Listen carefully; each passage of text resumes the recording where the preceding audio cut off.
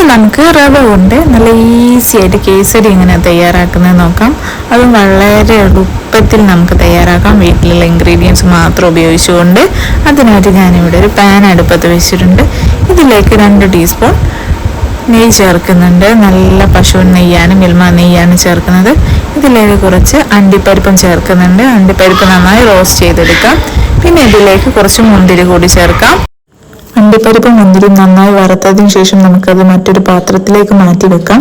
എന്നിട്ട് ഇതേ പാനിലേക്ക് 1 കപ്പ് റവ ഞാനിവിടെ എടുത്തിട്ടുണ്ട്. ഇതേ നെയ്യിൽ തന്നെ നമുക്ക് നന്നായി വറുത്തെടുക്കാം.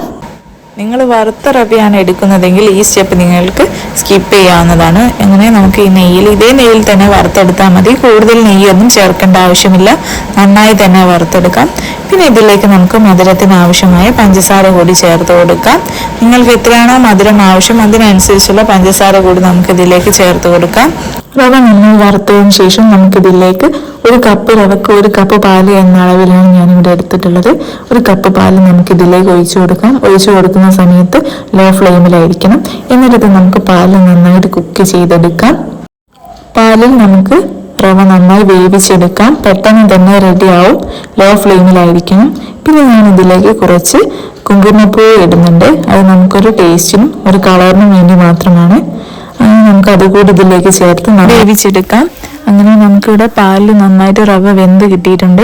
ഇതിലേക്ക് നമ്മൾ നേരത്തെ മാറ്റി വെച്ചിട്ടുള്ള അണ്ടിപ്പരിപ്പും മുന്തിരിയും നമുക്കിതിലേക്ക് ചേർത്ത് നന്നായി ഇളക്കി കൊടുക്കാം. പാനിൽ നിന്ന് വിട്ടുപോരുന്ന പരുവമാവുന്നവരെ നമുക്കിത് നന്നായി ഇളക്കി കൊടുക്കാം. ഇപ്പൊ നമുക്ക് കണ്ടാൽ തന്നെ മനസ്സിലാവും, നമുക്ക് പാനിനകത്തുനിന്ന് നന്നായി വിട്ടുപോകുന്നുണ്ട്, ഒട്ടി പിടിക്കുന്നൊന്നുമില്ല.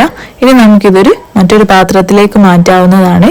നെയ്യ് തടവിയിട്ടുള്ള മറ്റൊരു പാത്രത്തിലേക്ക് നമുക്കിത് മാറ്റി കൊടുക്കാം. ഞാനിവിടെ ഒരു സ്റ്റീലിന്റെ ബൗളാണ് എടുത്തിട്ടുള്ളത്. ഇതിലേക്ക് ഞാൻ തയ്യാറാക്കിയത് ചേർത്ത് കൊടുക്കുന്നുണ്ട്. ഇനി നമുക്കൊരു സ്പൂണോ സ്പാച്ചിലയോ വെച്ചിട്ട് നമുക്കിത് നന്നായി ലെവൽ ചെയ്തെടുക്കാവുന്നതാണ്.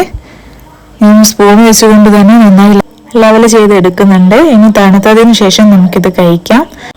വളരെ ഈസിയായി തയ്യാറാക്കാവുന്നതാണ്. എല്ലാവരും ട്രൈ ചെയ്ത് ഫീഡ്ബാക്ക് അറിയിക്കണേ.